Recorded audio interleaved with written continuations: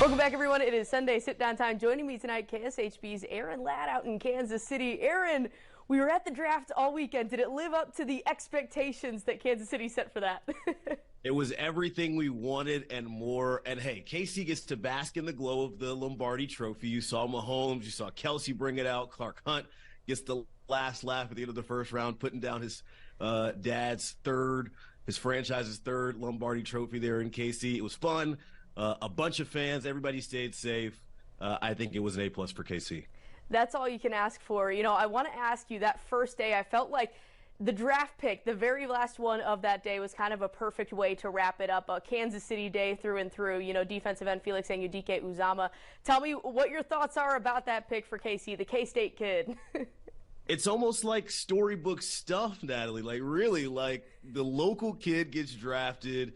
When the draft is in KC, Clark Hunt gets to say world champion Kansas City Chiefs select. FAU are three letters that K-State fans are going to have to come, or Chiefs fans are going to have to come back around on after the Elite Eight and all that stuff that happened in Madison Square Garden. Perfect fit.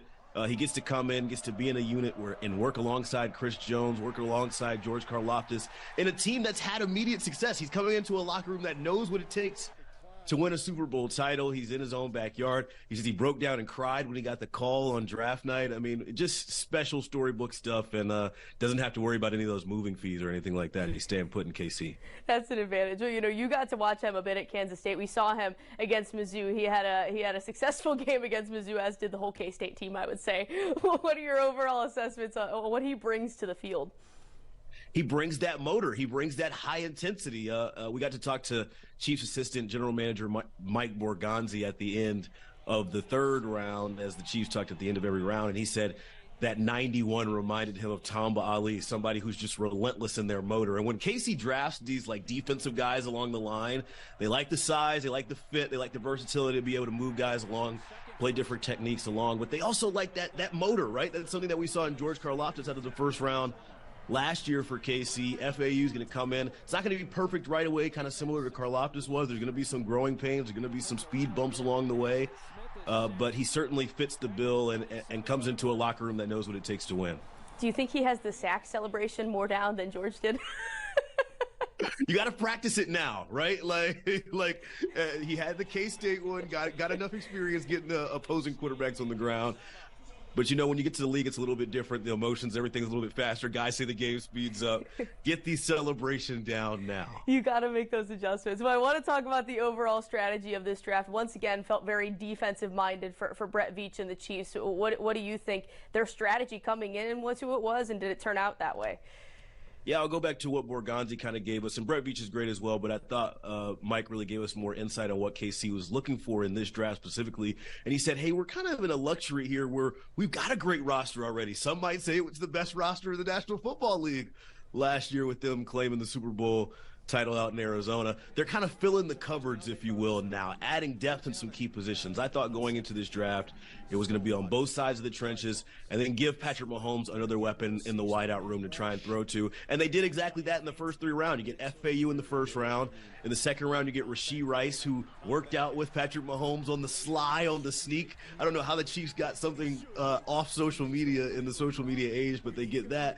And they come back around and get Wanya Morris, the tackle out of Oklahoma. They fill all those three needs in the first three rounds.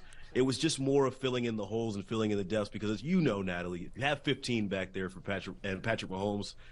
You've got a championship window. It's wide open for KC. I'd say they're okay with 15 back there. Well, I feel like Rashee Rice was kind of maybe a little bit of a surprise, like you said. They kind of kept that under wraps. A lot of people talking Zay Flowers when you were going into this draft, and they ended up picking Rashee. Was that a surprise to you all out in Kansas City as well? You know, we heard everything. You never know what to believe around draft time, realistically. Like, guys start floating up boards out of nowhere magically. We heard Quentin Johnston, which is a name that burned up a lot of Jayhawks around KC, the big, lanky receiver out of TCU. Zay Flowers, as you mentioned.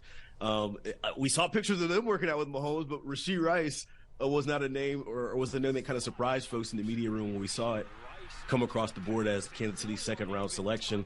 But he fits the bill. Once again, if you look at some of his measurables, you look at the deep threat, what they like to do on the offensive side of the ball with Patrick Mahomes, giving him a lot of different styles of receiver. I was kind of vocal on Twitter after the first round when fans were mad that KC didn't trade up. Yes, you needed a wideout who was going to compete, but KC wasn't in a desperate need to move up with Travis Kelce doing everything that he does for the offense. But I think Rashee Rice is another guy that can come in alongside Kadarius Toney and make plays in this Super Bowl winning offense. Aaron, I got to know, who is your steal of the draft for KC? Did KC get a steal? I don't know, and there's been some kind of discussion on social media about draft grades and this kind of thing. Steal, draft grades, all that pop. I hate putting the pressure on any of these guys to go out there and perform. Obviously, Brett Veach has shown what he's able to do in drafts. I mean, look back to last year getting contributors like Isaiah Pacheco in the 7th round, first round getting Karlaftis and McDuffie. I mean, Kansas City knows how to turn rookie draft picks into contributors on Sundays. I like the Keandre Coburn pick for them, the defensive lineman out of University of Texas. He's a guy that comes into the absence of Colin Saunders, who went to New Orleans and kind of fit in that different techniques on the inside of the defensive line, play alongside Chris Jones. He was so excited. He said he was cleaning his baby's bottle when he found out. He seems to be a good locker room intangible guy as well. So maybe if I had to say steal, I would say that. But I would just say for Chiefs fans, pump the brakes. Maybe this is a class that you see the results further down the line as opposed to last year's draft where you got the results right away.